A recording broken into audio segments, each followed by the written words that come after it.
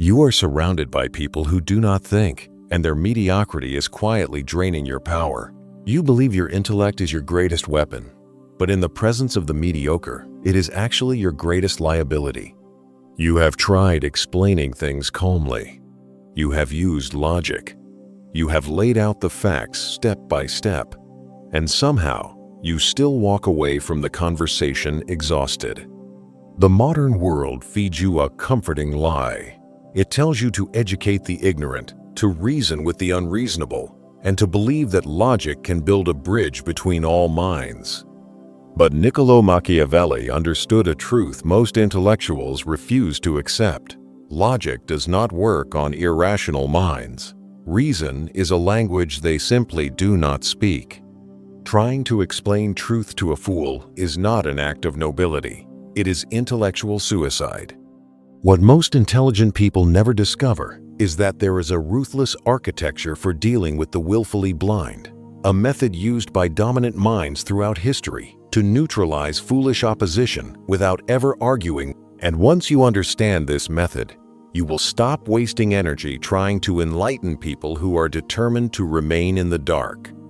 By the end of this video, you will understand the strategy powerful thinkers use to silence foolish opposition without arguing, explaining, or trying to convince them. You know the feeling. You are in a meeting, at a dinner table, or trapped in a digital argument, listening to someone speak with absolute, unshakable confidence about a subject they clearly do not understand. You feel the pressure rising in your chest.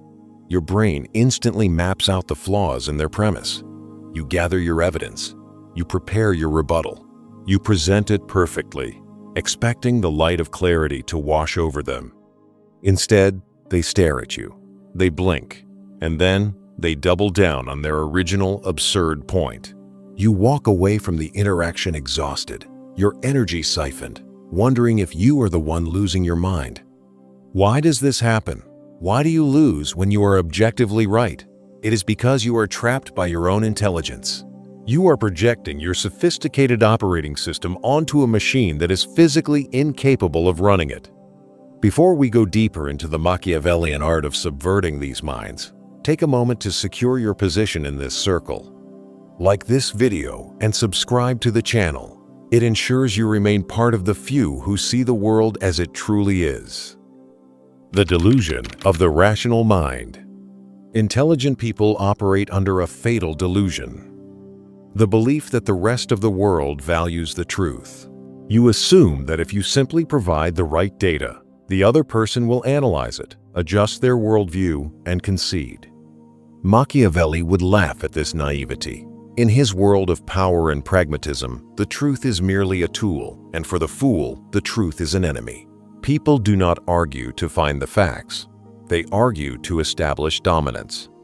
Modern psychology calls this the Dunning-Kruger effect, a cognitive bias where individuals with low ability possess a hallucinatory level of confidence. But understanding the definition isn't enough. You must understand the gravity of it. Ignorance is not a passive state of not knowing. It is an active, heavily armored defense mechanism. When you introduce logic to a fool, they do not see an opportunity to grow. They see a direct threat to their ego. And the human ego will happily burn down the entire world before it admits it is wrong. Think of the mind in two systems. System 1 is fast, emotional, and instinctual. System 2 is slow, deliberate, and logical. The mediocre live entirely within System 1. They feel an emotion, attach a rapid opinion to it, and label it a fact. You, the analytical thinker, are trying to apply System 2 to them. You offer nuance. You offer data. It is a massive translation error. You are speaking mathematics to a barking dog. Even worse, you are doing all the heavy lifting. You are spending immense mental energy crafting a perfectly reasoned argument, while they are spending zero energy simply refusing to hear it. They do not outsmart you. They outlast you. They drag you down into the mud of their own limitations until you are just as dirty and exhausted as they are. The Machiavellian pivot, denying friction. If logic is a trap and reasoning is a failure, how do you win? You don't fight them. You weaponize their own momentum. Machiavelli understood that the intellect must always be the servant of the will. In any interaction, the irrational, emotional drive of a human being will always override a spreadsheet of facts. When you argue with a fool, you are providing them with exactly what they crave: friction. Friction makes them feel significant. Your frustration is the proof they need that their opinion matters. Every time you counter their point, you legitimize their delusion. You are telling them, your idea is worthy of my time and my anger. To break a fool, you must deny them that friction. You must adopt a strategy that is as savage as it is silent. Do not disagree with them. Instead, agree with them, but do so with such intensity and such completion that you push their argument into the realm of pure catastrophe. In dark psychology, this is known as handing a man enough rope to hang himself. Imagine a person who insists that a complex task is actually quite simple and that anyone could do it. The instinct of the intelligent person is to explain the technical difficulties and the years of required training. Stop. Instead, lean in. Nod slowly. You are entirely right, you say. In fact, since it's so easy, we should implement your version immediately across the entire company. We'll skip the testing phase and go live tomorrow. With your genius leading the way, there's no way we can fail. Watch their eyes. You haven't attacked them. You have completely validated their premise, but you have accelerated it to its logical, disastrous conclusion. The fool operates on the surface. They never think 3 steps ahead. When you force them to look at the destination of their own thought process, their brain short-circuits. They have to backpedal. They have to inject the very nuance they previously rejected. They have to start arguing against themselves to save face. You didn't defeat them with your logic. You defeated them with their own vanity. The psychological quarantine. This shift requires a terrifying change in your own psychology. You must kill the part of your ego that desperately wants to be recognized as right. Intelligent people are often addicted to being correct. You want the satisfaction of the other person conceding the point. You want the moral victory. But seeking validation from a fool is its own form of stupidity. Why do you care if a blind man doesn't like your painting? When you drop the need to be right in their eyes, you become immune to their provocations. You stop giving them the remote control to your nervous system. Let them hold their incorrect beliefs. Let them walk into the world with their flawed maps. It is not your duty to save them. It is your duty to protect your own peace. Stupidity is not just annoying, it is contagious. If you spend enough time navigating the chaotic landscape of an irrational mind, you will begin to compromise your own. Your mental bandwidth is limited. When you interact with a highly irrational person, your brain works overtime, trying to predict their unpredictable reactions. This sustained taxation degrades your own decision-making. You become irritable, you lose your creative edge, and you let a parasite feed on your intellectual capital. You must establish a psychological quarantine. When you are forced to interact with the mediocre, do not bring your authentic self to the table. Bring an avatar. The avatar is polite. The avatar smiles. The avatar speaks in short, agreeable sentences. Interesting perspective. I see what you mean. That's one way to look at it. The avatar gives them nothing to attack. It is a mirror reflecting their own noise back at them while your actual mind remains protected behind a fortress of detachment. This is the Machiavellian application of silence. The illusion of victory is the cheapest toy you can give a fool to keep them quiet while you continue your real work in the shadows. Power and the insecure sovereign. What happens when the fool has power over you? What happens when the irrational mind signs your paycheck or holds the key to your future? This requires an entirely different set of weapons. The most dangerous animal is not the predator. It is the frightened beast with a crown. When a person of low intellect acquires power, their entire psychological architecture is built on a fault line of deep, unacknowledged insecurity. They sense, on a primal level, that they are outmatched by the minds around them. They do not process this as a need to learn. They process it as a threat to their survival. If you walk into their domain and display your brilliance, you are not proving your worth. You are holding a mirror up to their inadequacy. And a fool with power will always shatter the mirror to avoid looking at the reflection. Machiavelli was brutally clear. To display conspicuous intelligence in the presence of mediocrity is an unpardonable sin. The mediocre mind experiences physical pain in the presence of greatness. It triggers a secret, venomous hatred. They will not attack your ideas directly. They will attack your character. They will call you difficult, uncooperative, or not a team player. They will use the bureaucracy of the system to bleed you dry. You cannot out-argue a king in his own castle. You must outplay him. Consider the historical strategy of the submission gambit. When the brilliant are faced with a powerful but envious superior, they do not fight. They feign incompetence in minor areas. They act slightly broken, slightly less capable than they truly are. By doing this, you feed the powerful fool the one thing they are starving for, a sense of superiority. Ask them for advice on trivial matters. Let them correct you on irrelevant details. Thank them for their insight. You are not submitting. You are anesthetizing them. You are injecting their ego with a narcotic so heavy they fall asleep at the wheel, leaving you free to operate without their interference. You trade a momentary scratch to your pride for absolute unhindered maneuverability. The economics of attention. You must understand the economics of your own mind. Every hour you spend debating a fool is an hour stolen from your own empire. It is energy diverted from your wealth, your health, and your actual goals. Fools are energy vampires. They do not produce, they consume. They drag you into endless, circular debates because they have nothing better to do with their time. Your time is expensive. Theirs is worthless. When you engage, you are trading gold for dirt. Cut the transaction. Walk away. The lion does not lose sleep over the opinions of sheep, and the architect does not weep when the demolition crew finds the blueprints confusing. We must also address the darkest part of your own psychology, the reason you keep engaging. It isn't just about being right. It's because you feel sorry for them. You think, if I can just make them see the truth, their life will improve. This is the arrogance of empathy. You believe you are the savior of the ignorant, but you are playing a dangerous game. The profoundly incompetent lack the very skills required to recognize their own incompetence.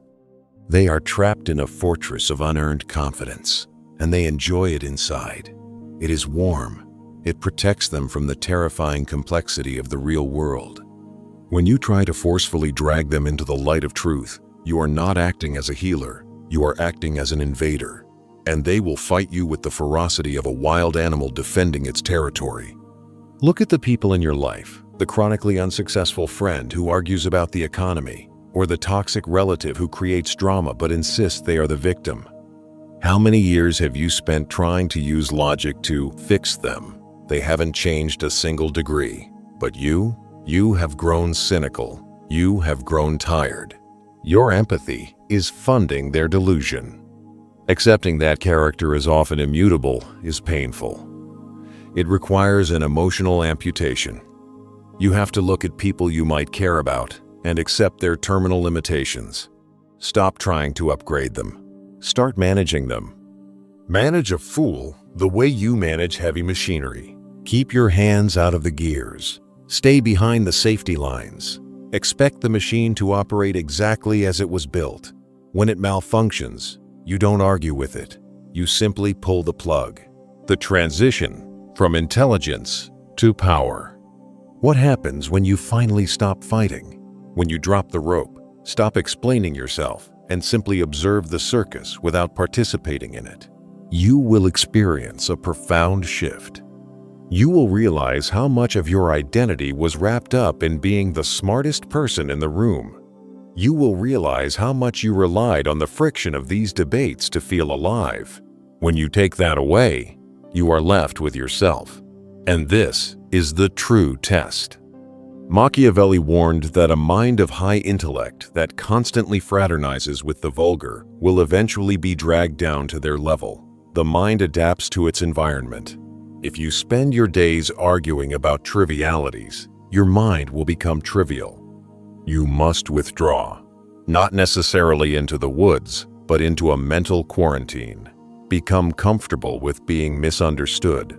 The mediocre will misinterpret your distance. They will call you arrogant. They will say you've changed. They will assume your refusal to argue is a sign of weakness. Let them. Their judgment is based on a flawed premise. Why should the diagnosis of a broken mind affect the peace of a sharp one? Imagine walking through an asylum. If a patient points at you and calls you crazy, do you stop to debate them? Do you pull out a medical chart to prove your sanity? No. You keep walking because you understand their reality is distorted. The world is a much larger asylum, but the principle remains the same. When a fool insults you, it is not an insult, it is a misdiagnosis. When they reject your idea, it is not a failure. It is a confirmation that your idea is beyond their reach. This level of detachment is not coldness. It is absolute clarity. It is the understanding that your energy is a finite resource, and every drop spent on someone committed to their own ignorance is a drop stolen from your own potential. We have spent centuries glorifying the debate. We idolize the image of the intellectual warrior dismantling an opponent with sharp logic. But look closer at those debates. Nothing is ever resolved. The opponent never yields. The audience simply cheers for the side they already agreed with. It is theater. It is a game played for applause. The truly dangerous minds do not play for applause. They play for outcomes. If you want to be effective, you must abandon the theater. Adopt the mindset of an architect navigating a world of toddlers. You do not ask the toddlers for permission to build. You do not explain the load-bearing capacity of the pillars to them. You give them a toy to distract them, and you pour the concrete while they are looking the other way. This is the ultimate application of the Machiavellian philosophy. You accept the world exactly as it is, dominated by irrationality, driven by emotion, and hostile to truth. You do not complain about it. You do not try to fix it. You exploit it. When you know people operate on ego, use their ego to steer them. When you know they are blind to logic, use their emotions to guide them. When you know they are starved for validation, feed them just enough to keep them compliant. You become the invisible hand. They think they are making the decisions. They think they are in control, but every choice they make is within the parameters you silently constructed. This is the transition from intelligence to power. Intelligence is knowing you are right. Power is not caring if they know it. Intelligence is winning the argument. Power is winning the objective, while they think they won the argument. You are no longer a participant in their chaos. You are the observer of it. This is the cold, sharp reality that sets you free. You will never be hurt by a fool again, because you will never again give them the authority to judge your reality. Your intellect is no longer a tool for their education. It is a weapon for your own elevation. Keep it sharp, keep it hidden, and use it only when it serves your ascent. But realize this: the tactics we just discussed, the strategic silence, the manipulation of ego, the weaponization of absurdity, these are just the outer defenses. These are the tools you use to survive the masses. But what happens when you step past the masses? What happens when you encounter a mind that is not a fool, but a predator? A mind that sees your strategy and mirrors it back at you. The rules change entirely at that level. The concepts that govern high-level psychological warfare are not meant for public consumption. They are too destabilizing. They dismantle the very fabric of social interaction. If this has opened your eyes, understand that this is only the surface. There are layers of dark psychology that cannot be discussed openly, without risk of censorship. The most powerful information is often suppressed by the very systems we navigate. If you are still here, you are not like the others. You have the stomach for the truth. Subscribe to stay within this circle. But if you are ready to move from the defense to the offense, if you want to see the blueprints of the architect, click the join button. You will unlock the exclusive, uncensored insights that dive into the deepest parts of the human psyche. Most won't. But then again, most are the very people we just learned to manage. The choice is yours. Stay sharp.